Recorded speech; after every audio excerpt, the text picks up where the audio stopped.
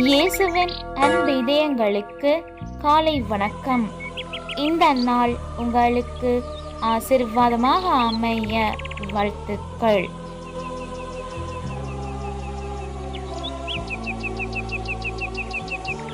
இப்புதிய நாளுக்கான ஆசீர்வாத இறைவசனம் இணைச்சட்டம் அதிகாரம் 28 இறை வார்த்தை 3. நீ நகரிலும் ஆசி பெற்றிடுவாய், வயல்வெளியிலும் ஆசி பெற்றிடுவாய்.